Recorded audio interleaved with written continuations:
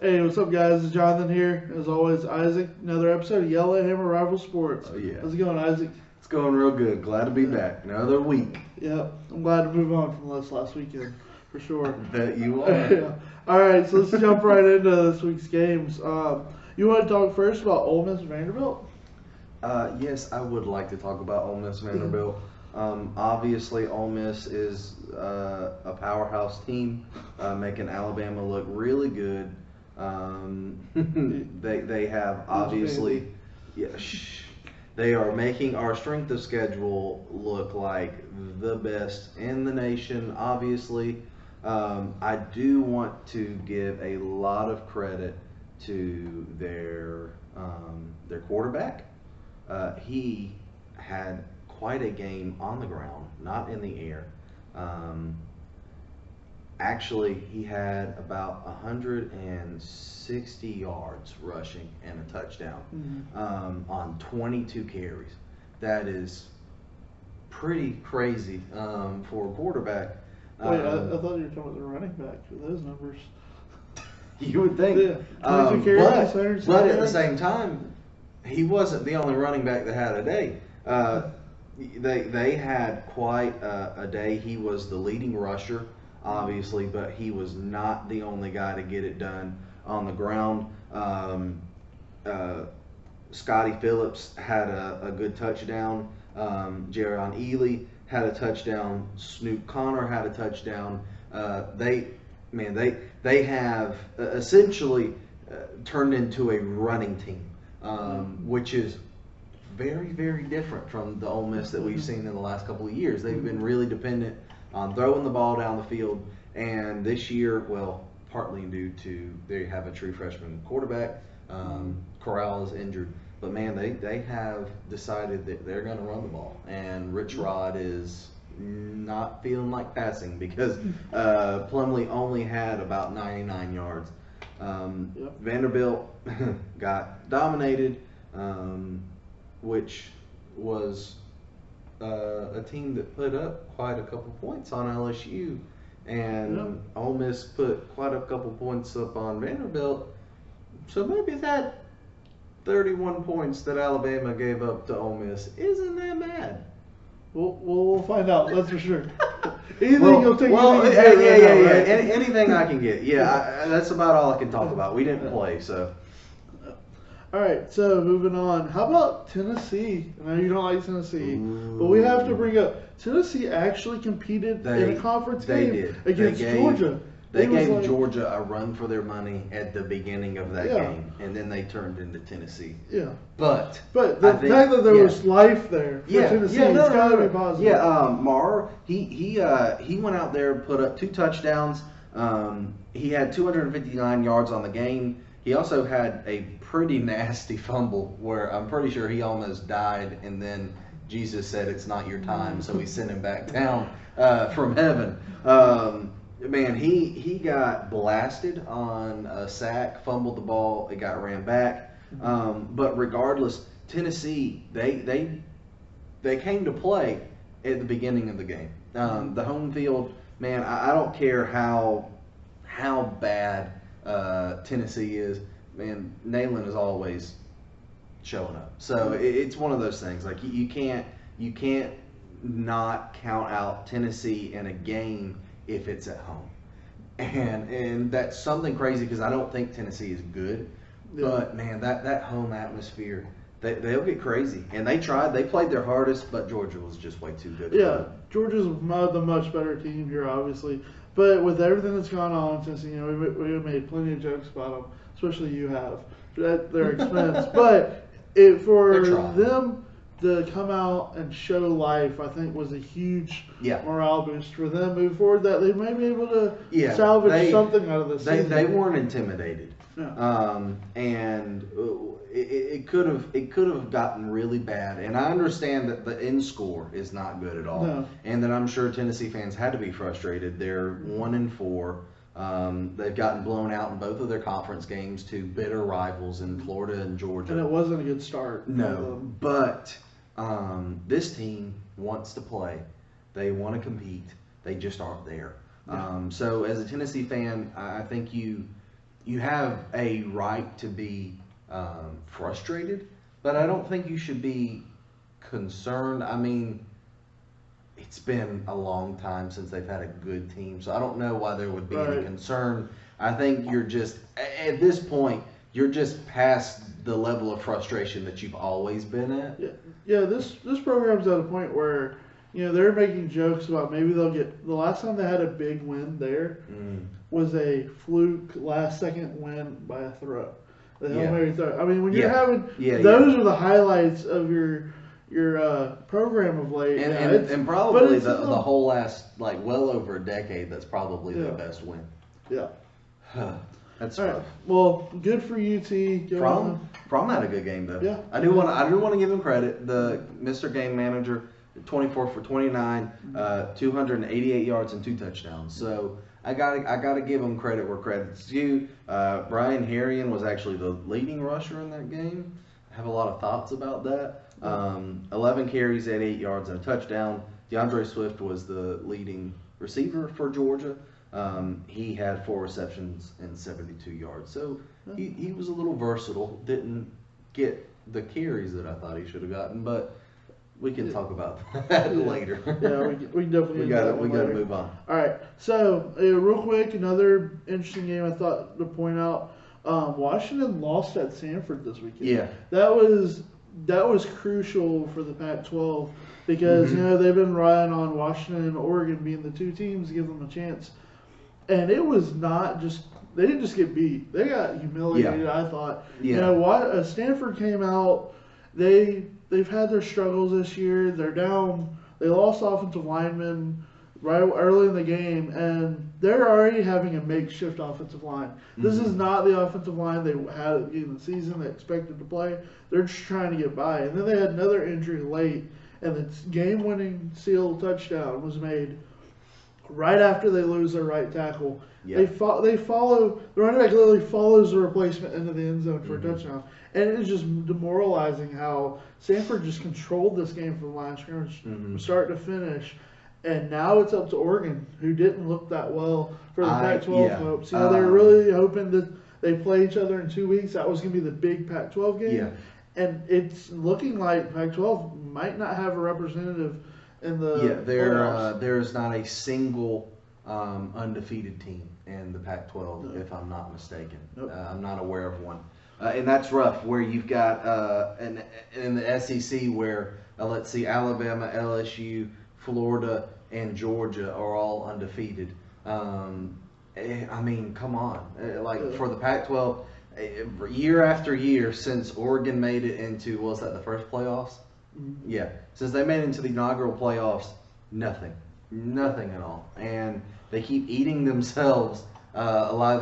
They're the cannibals of the of college football. Yeah. And once again, they've knocked out their best chances. And honestly, it's just because, not that they're a really great conference, but for all the teams in that conference, they're just all kind of on the same level. Yeah. So it makes it to a point to where there's not a dominating team in the Pac-12. So they all just beat each other. And in the scope of what college football is today, that's rough for a conference and national exposure when you're talking about like trying to get into the playoffs. But it's not necessarily bad. Like, they don't have bad teams. I mean, they win bowl games and stuff like that. It's just they beat each other. And when you want a team in the playoffs, that can't happen. Yeah. So it's rough. Oregon is their best chance, and I don't see that happening. I don't think Oregon is all that good. Not meaning to say, well, and I'm not meaning to like throw off on, because Auburn beat Oregon, but I'm not meaning to throw off on that win. But I don't think Oregon is that good as far as them being able to finish the season without getting another loss, because they can't afford to take another loss or they're out. So this Washington team can turn around and beat them in 2 weeks. They could. They really could. I will say, giving Pac-12 a little bit of the doubt. This is not a year that they thought that they had a lot of teams that had a lot of potential that have all been hit hard with injury. They have. For sure. USC's down to their third string quarterback. Washington State's had to change the quarterback with injuries. They've had several teams get hurt. that had players in big positions get hurt. So that's unfortunate for the Pac-12. Um, but we got to keep moving on. So Yep. There's this other game that was played in the swamp. We won't talk much about that. That was the more disappointing game of the weekend for me, of course. I'm sure Isaac, you have some thoughts. Yeah, I have a lot of thoughts on this game. Run through the game real quick. I just thought the biggest thing for me, the game was the Florida defense is good. They are good. They kept them in this game. Yes. The swamp was the craziest I've ever seen it. Yes. On live TV.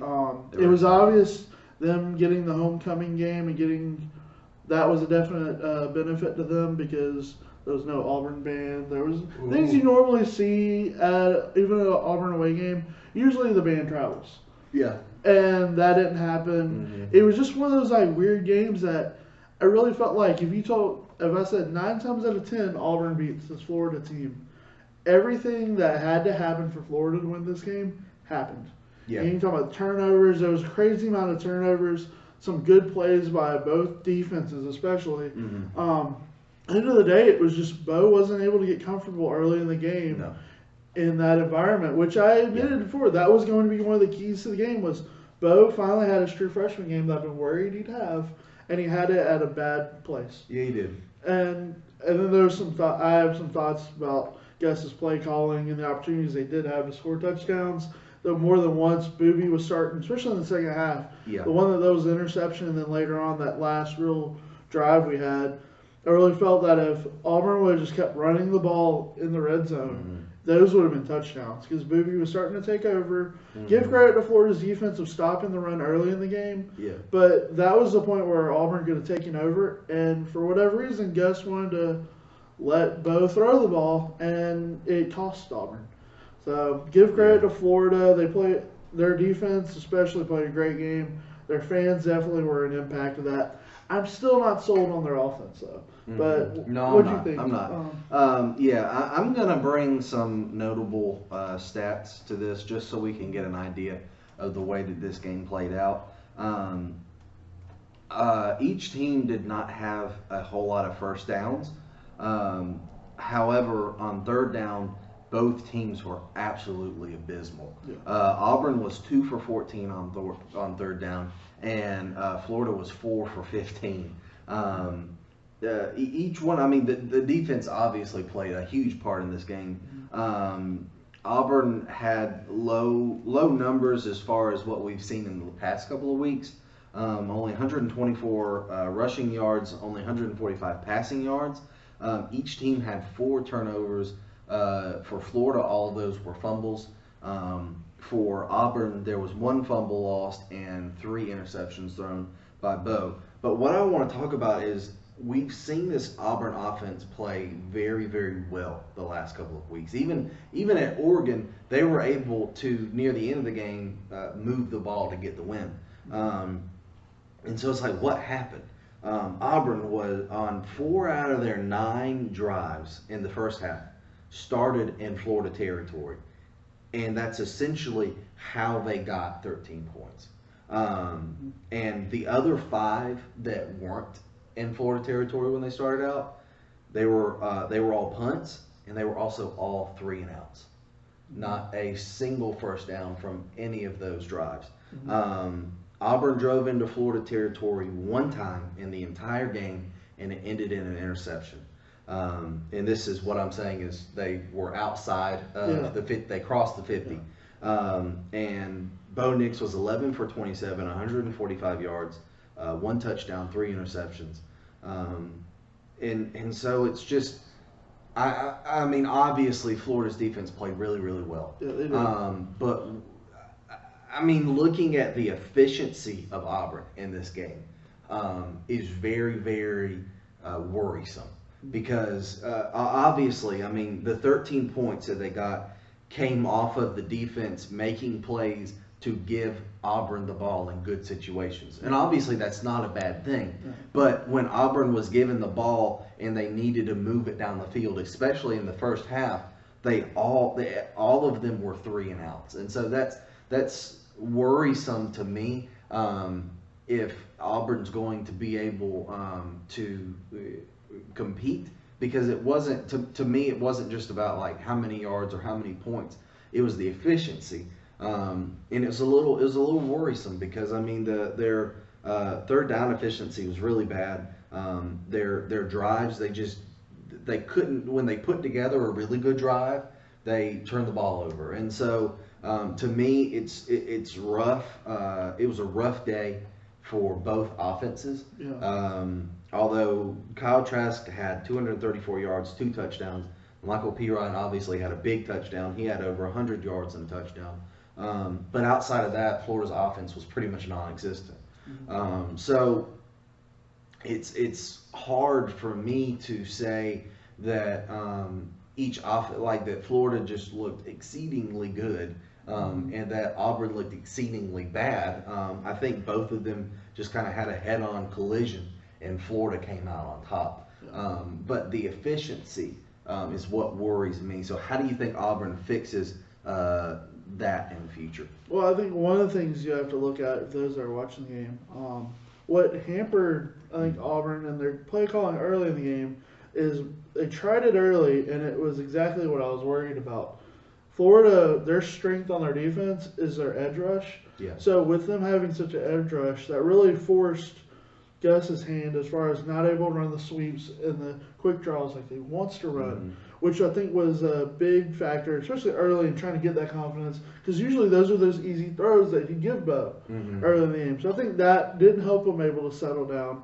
But we got to get, Auburn's got a lot to work on. And there's a lot of stuff that I feel like everything, if there's any confidence I can have for Auburn moving forward as a fan, looking at it optimistically, is there's not one thing they did that's not fixable or was just like, hey, true freshman in one of the best environments, toughest environments to go into in the country, especially the SEC. We've talked about you talk about Neyland, the Swamp is another one. I talked a few weeks ago. Kyle Field is not one of those. No, it's loud. Yeah, it's loud, but it almost gave, I get some ways, false hope for Auburn that, that was a good win. It was in a lot of ways, but it wasn't the same as the Swamp. And I think I said that last week. This is a bigger test, and them having homecoming.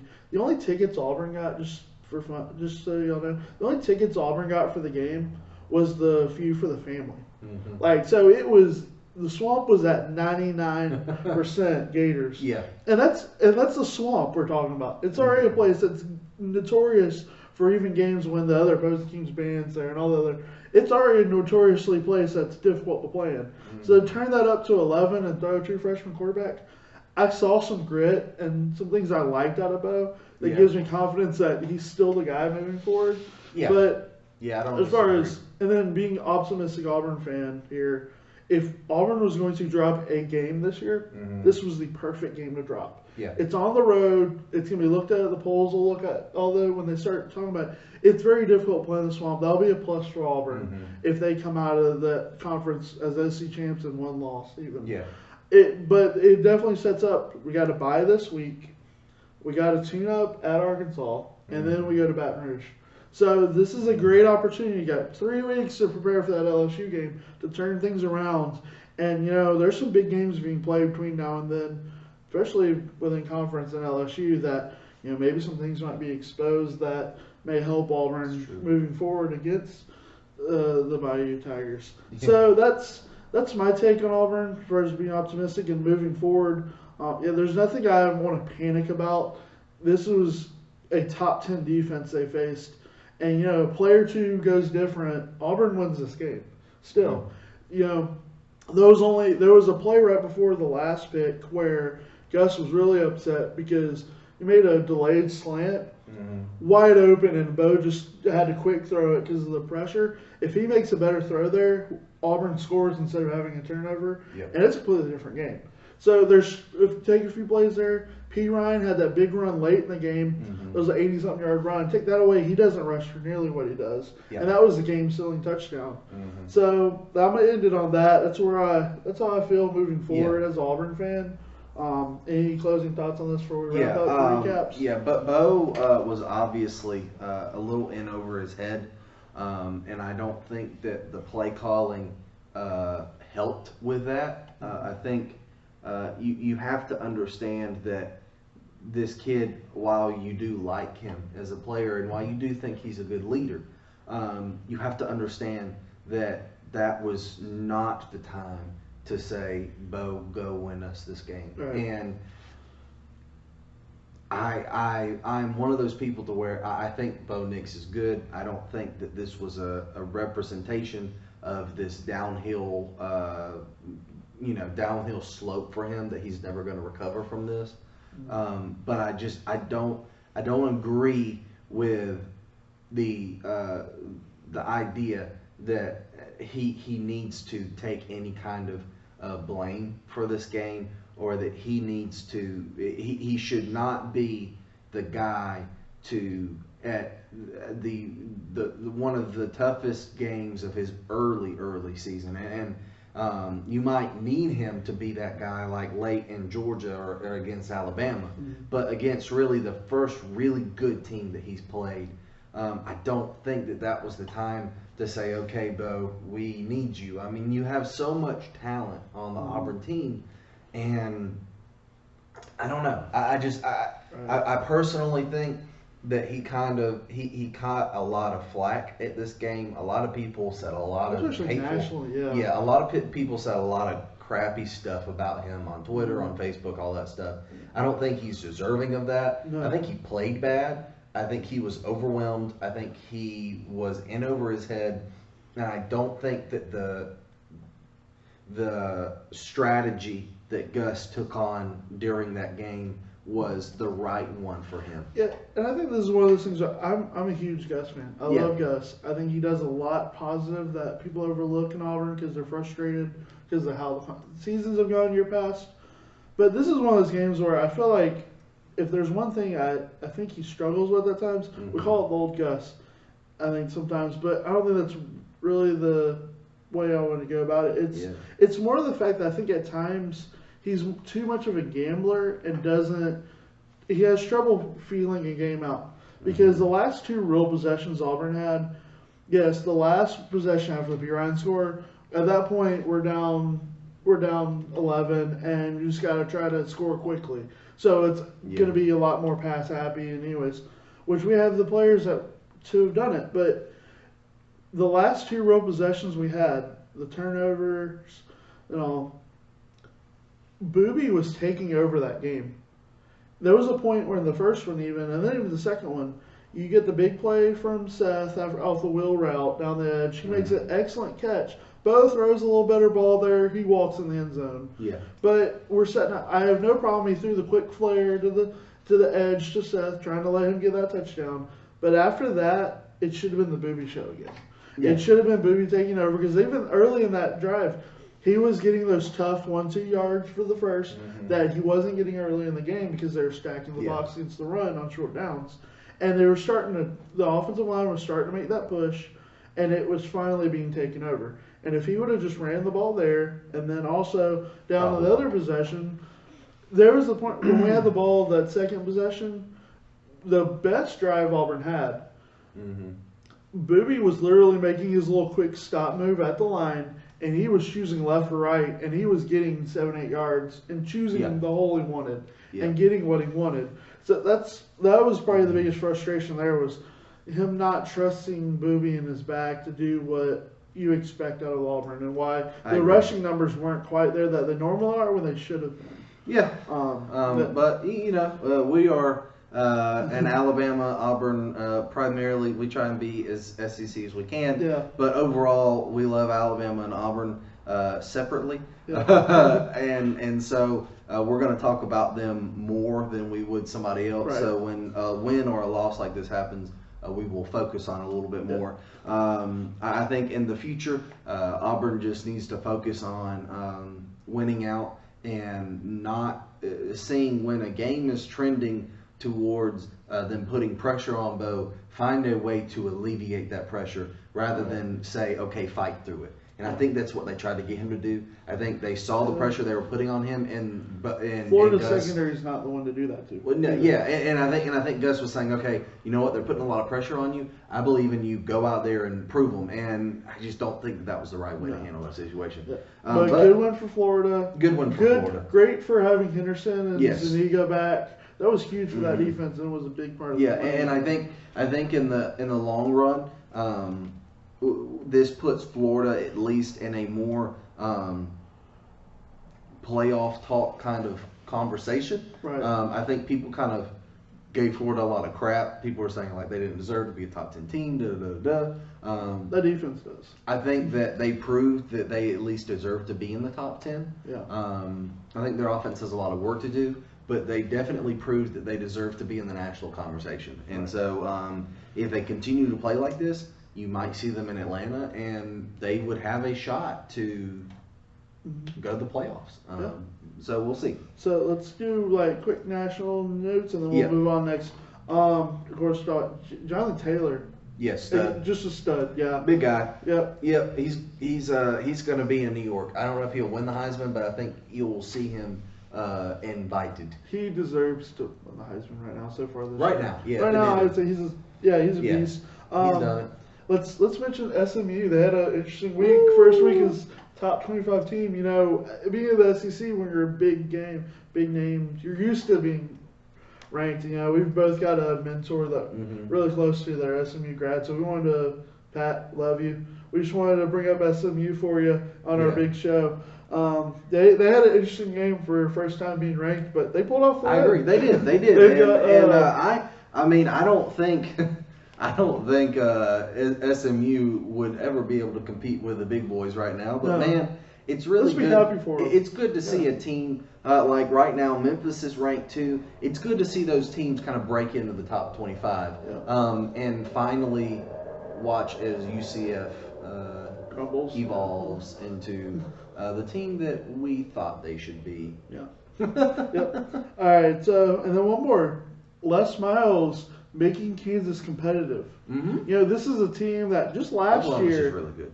Yeah. Let's just admit this. Yeah, they owned them for the first quarter. They won the first quarter, I think. I mean, it was and for a team like Kansas, who has not had a good game since they beat Texas a couple of years ago, and Texas wasn't a good team.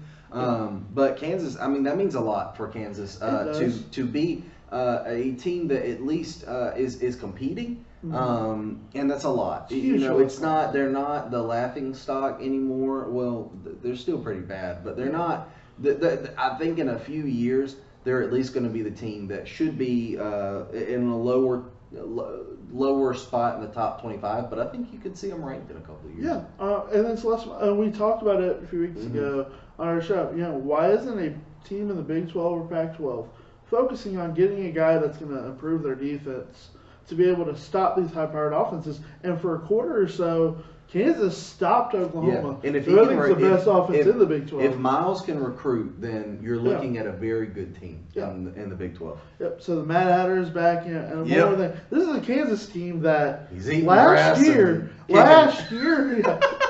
This is a Kansas team that last year an alumni who's a lawyer petitioned the school threatening legal action if they didn't shut down the football program because of how much money they waste and how it's affecting the students and how terrible the football product is. Yeah. So that says something about what he's already done in short term.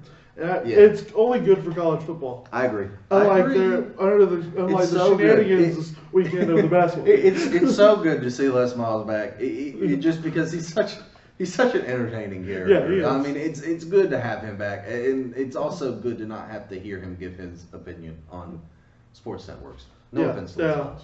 Yeah, know your role. All right. So how about we move on to week 7? Yes, week 7. We've got some big matchups, not just in conference, but we've got some big national conference games too. I'm gonna go down the list real quick, and then we'll go through them a little bit. All right. Oklahoma's and Texas, the big rivalry is coming up. A underrated matchup of the week, I think.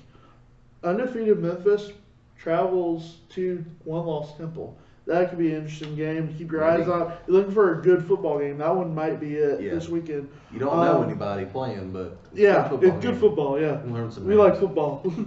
Bama's traveling to Texas A&M and Kyle Field, whatever that means. Yeah, we've had our talks about them already. Ole Miss is traveling to Missouri. That'll be interesting. You know, Kelly Bryant luckily is okay, but they I don't know how. But they did lose Williams, their linebacker, who is the man on their defense. That's huge for Missouri moving forward. How that defense is going to be able to. There's already a defense that was one of those that lived on the definite bend but don't break mentality just to compete. And losing your best player like that is not good. Yeah, He's the leader. He's the guy that's been there a while for them. It's a terrible loss for this defense. Yeah. He's out for the season. According to Adam Rittenberg, Barry Odom, Missouri's coach, told him that the star linebacker, Cale Garrett, will have pectoral surgery Tuesday morning. Odom said we'll know a little more after that. That may get in there tomorrow and get some better news. So obviously it's devastating where they go from here. We will see. But I still think that they're lucky to have not lost both players. Bryant is a good quarterback, and I would hate to see him lose out on his last year of eligibility. So it's good to know that he's not going to be missing the rest of the season on a very, very cheap play. Yeah, unfortunate. I wish we wanted Troy to win. Wouldn't have wanted it that way. No. All right, now interesting rivalry that doesn't have. We'll find out. USC Notre Dame's playing. That's always an old school rivalry that's been around a long time. And then a game that I really thought was going to be more than it was, and then Florida State, Willie Taggart pulled the Willie Taggart, and now I don't have any confidence in my upset pick. But I'm still going to keep it because I'm a man of my word.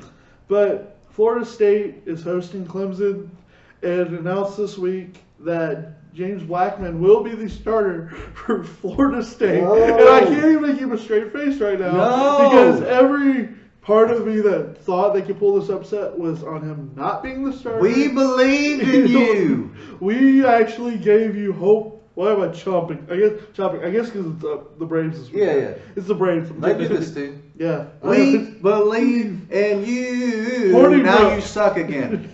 We put your hopes in y'all pulling the upset, and James Blackman's quarterback.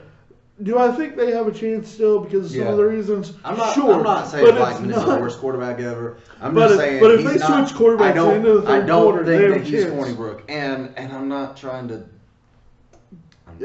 to side with one guy over the other. I just think Hornibrook has played really well the last couple of games for Florida State, and he looked to be a guy who could give them an edge. And I think going back to Blackman is just going back to what they were before. And I just don't agree with it. I mean, Blackman is a great quarterback from start to about end of third quarter. Yep. So if they make the switch at the fourth quarter, there's still a chance. But I don't feel confident as I did making that big pick now that he's back and the starter.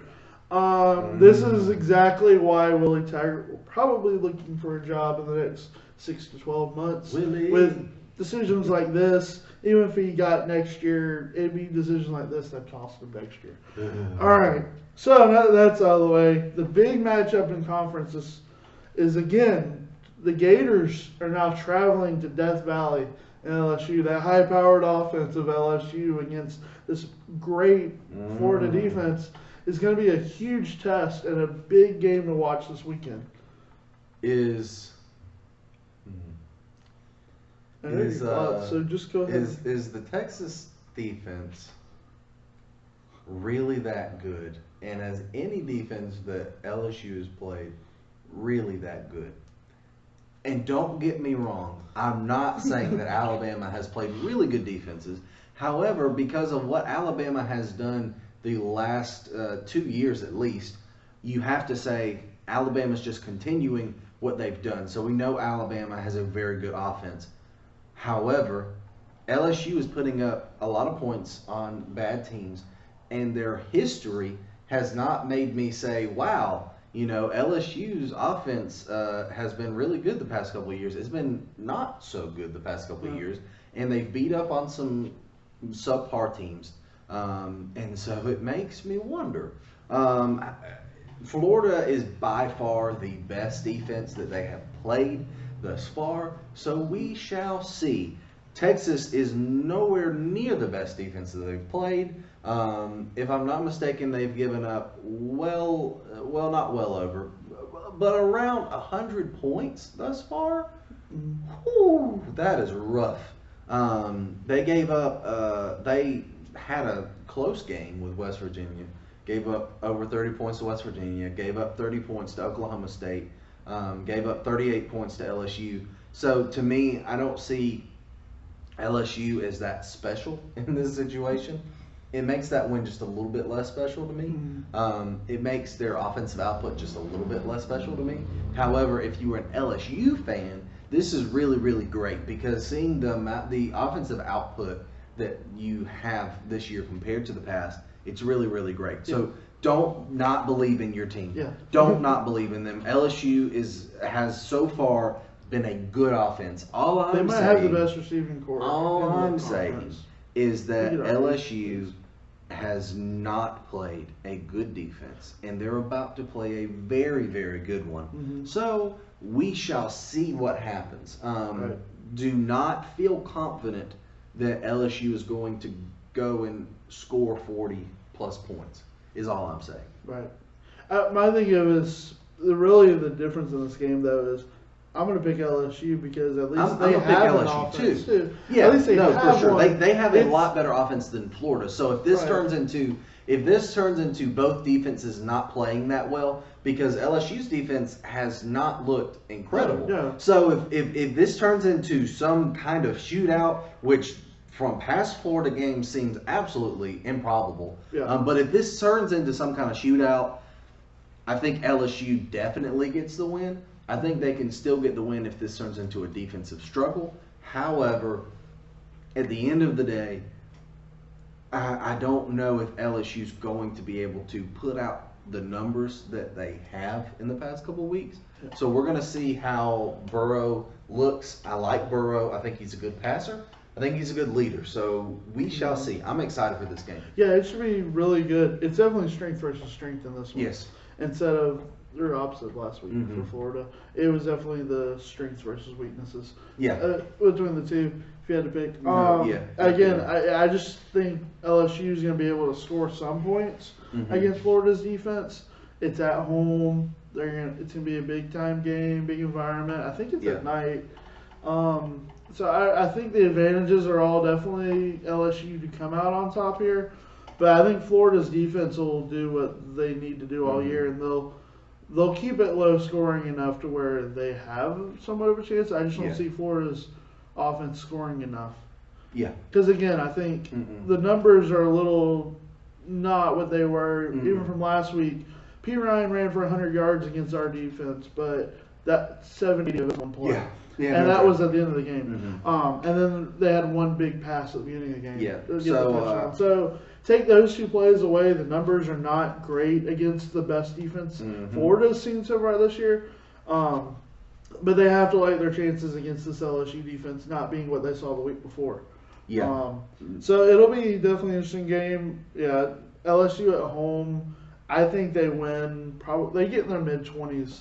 And I think it's like 24-10, something like that. Very similar to what you saw this weekend, just the home team getting the win in a low-scoring game. No joke there. So tell me how you feel about this Alabama-Texas A&M matchup. I mean, the key to beating A&M at home, punch them in the mouth early and shut the Kyle Field up. Because then you shared that clip. Even the game day guys are poking fun at Kyle Field like we have been. At Kyle Field, it's cool. You got a lot of 100,000+ people crazy about football that love their team and like to kiss after touchdowns or whatever. But you won't be getting many kisses this week either. I don't see this being much of a game. I think it'll be a lot closer early on. if Kellen Mond's able to get some plays early and they get the ball first and they're able to do some stuff, I think they could take this to half. Yeah. Because I think this is not the Bama defense we've had in the past. So I think there's opportunity there for them to make it a game for at least a half, but I just don't see them keeping up with Bama's offense. Yeah. And their defense at this point has just been shredded from all the teams they've had to play already. For sure. They're right now, themselves. The Alabama has opened as an 18-point favorite over Texas A&M. Do you think that they cover the spread? 18 points. No, I don't see them Yeah. scoring enough to. Much as Bama's going to score on that defense, I don't think they'll be able to keep it at 18. I think the big game changer here is once again going to be whether Texas A&M can establish the run game. The last couple games they have not been able to do that, and so if they're going to have to rely on Kellen Mond, I don't think it will be pretty for them. The last game was a little bit closer than it could have been for Texas A&M with the Texas A&M Alabama game last year, because of a special guy that they had running the ball in Travion Williams. He was a guy who made Alabama have to think about him. And I just don't think that they have a running back that is going to make Alabama have to think about them the whole time. No. So we will see. I think A&M has a lot of interesting talent at the wide receiver position. So it's going to be a good test for our defensive backs.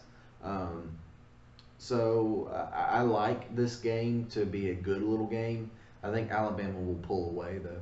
Yeah, I think so too. I think because it might be early in the game, but I think it's going to be by the game. I think it's going to be like a 45-10 game when it's all said and done. I don't know. Maybe. Because we know Bama likes to get the score as high as possible. Beat the team, they keep going, which is fine, whatever. But yeah, to me, the only part about, I think Bama can easily score 45 on this defense. The 45-10, the only thing that concerns me is Texas A&M finding the 10 for me. Yeah. But this will be a good opportunity. I think this is probably the best chance A&M's had against a defense to score in a long time, though. Can they take advantage of it? Maybe. We'll see. Yeah. So I don't want to really talk a long time about Texas A&M Oklahoma. Texas, Oklahoma, Oklahoma. Texas Oklahoma, not Texas A&M Oklahoma. Who do you think wins that game? I think this is the Hurts show. You think so? Yeah, I think they're going to get a lot of crap from the struggle with Kansas early, and they're going to take it on this subpar Texas defense. I think this is the it's best. A rivalry, Sadly, this is the best defense that Oklahoma has played thus far, and it might be the best defense that they play all season, and that is kind of disappointing because I really, really want to see Jalen Hurts tested.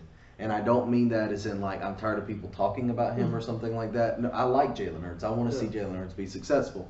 But I really want to see him tested because right now he's an athletic, gifted player, and he's just able to beat up on people. Like him and Lamb, they just don't have to do he's much. able to beat up on people. So it just makes me. I really, really, really want to see them tested, and so I want to know what Jalen Hurts is capable of right now, and I just feel like we're just watching him be better than everybody. Yeah. And I don't think that is necessarily Heisman worthy.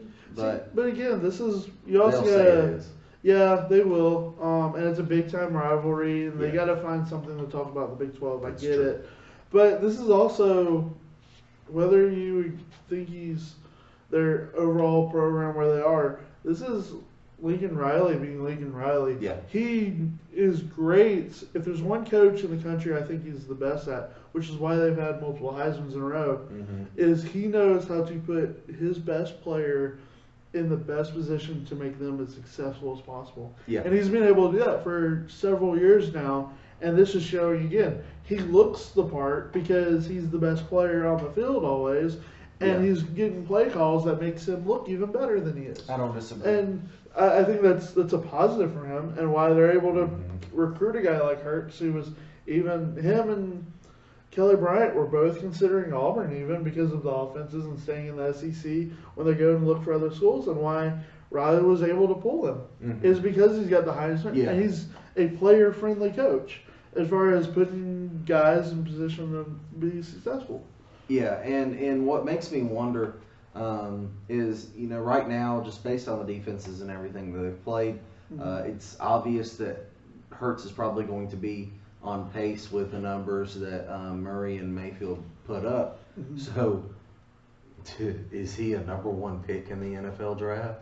I mean, it honestly depends on who it is, because we know the Dolphins want to. I haven't seen his arm this season, and I know people disagree with me, but I haven't seen his arm be at the level of what Kyler Murray's was. Yeah, that's true. And I think Kyler Murray's arm is what set him apart despite his height. And I just haven't seen that from Hurts. I have not seen it. Well, let's be honest too. I don't know. I just don't know. The few times when he does have to pass, Lamb is just on another level than he was last year. No one. For sure. Granted, they're playing defenses that can't, secondaries that struggle anyways against them. But Lamb is just a beast of a receiver, and he gets open. And they're easy throws for Hurts to make. He doesn't have to make the difficult throw because Lamb's doing his part so well. Yep. So, all right, we got a big, exciting, fun weekend college football coming up, guys. We appreciate your support, and always War Eagle. Roll Tide.